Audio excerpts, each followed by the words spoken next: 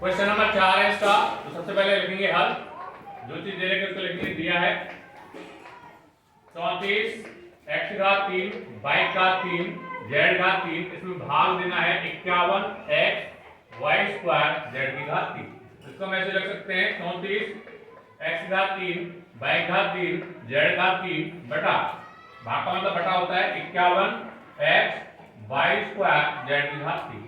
तो इसको हम क्या करेंगे, अभाज्य गुणनखंड के रूप में लिखेंगे पहले। 34 को हम क्या लिखेंगे भाई, 2 का भाग जाएगा। अब इसको हम अलग से कर ले सकते हैं, देखिए साइड में यहां देखो 34 में 2 का भाग जाएगा 17 में, और 17 का ही भाग जाता है। तो 34 से क्या होंगे 2 गुणा 17। x घात 3 का मतलब है x गुणा x गुणा x, y घात 3 का मतलब है y गुणा y, एक बार यहां लिखो, यहां 3 बाई हो गए।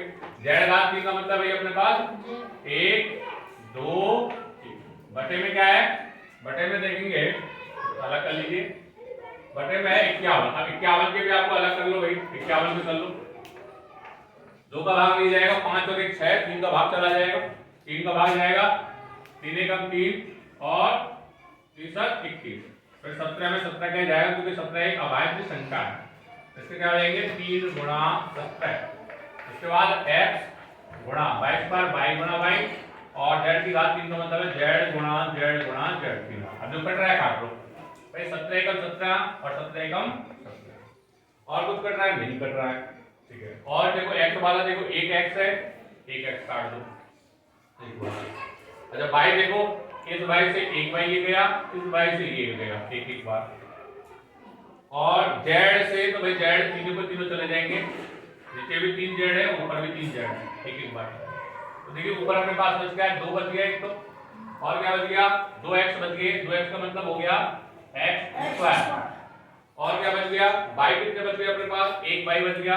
z बचा क्या, बिल्कुल z नहीं बचा, कोई भी z नहीं बचा। बटे में क्या बचा, यहाँ 3 बचा है, और कुछ बचा है क्या, बिल्कुल नहीं बचा। तो ये जो है अपने पास आंसर इसका आ जाएगा। अब देखते हैं, हाँ सबसे पहले क्वेश्चन नंबर 5 है हल। सबसे पहले दिया है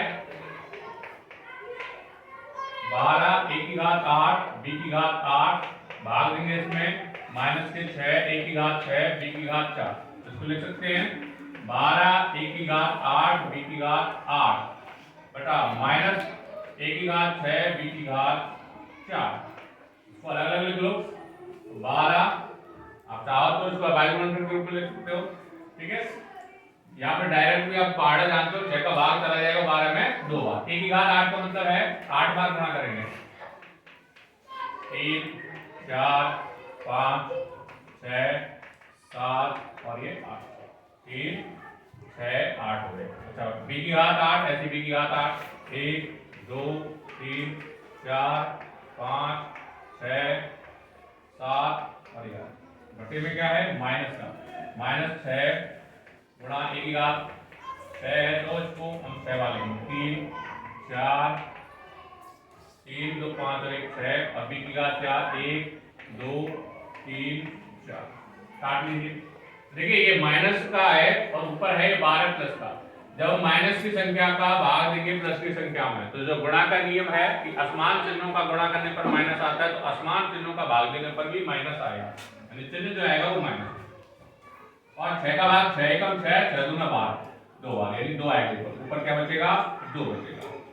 उसके बाद देखिए a कितने हैं, ये 1 2 3 4 5 6 है ना ये, और ऊपर a है अपने 8, तो 6 तो सीधे सीधे कट जाएंगे एक एक बार, 1 2 3 4 5 और ये 6, कितने बचेंगे, ये बचेंगे 2, a 2 का मतलब है a की घात 2, b देखिए यहाँ 4 है, तो 1 2 एक एक बार कट रहे हैं, 3 और ये 4, कितना बच गए 3 बच गए, 3 नहीं बचे 4 बचे, कितना बच गए 1 2 4 5 6 7 8, एक बी कम लिख दिया क्या, 2 4 5, हाँ अपने पास एक ज्यादा काट दिया है, तो ये बी बच गए अपने पास कितने 4 बच गए।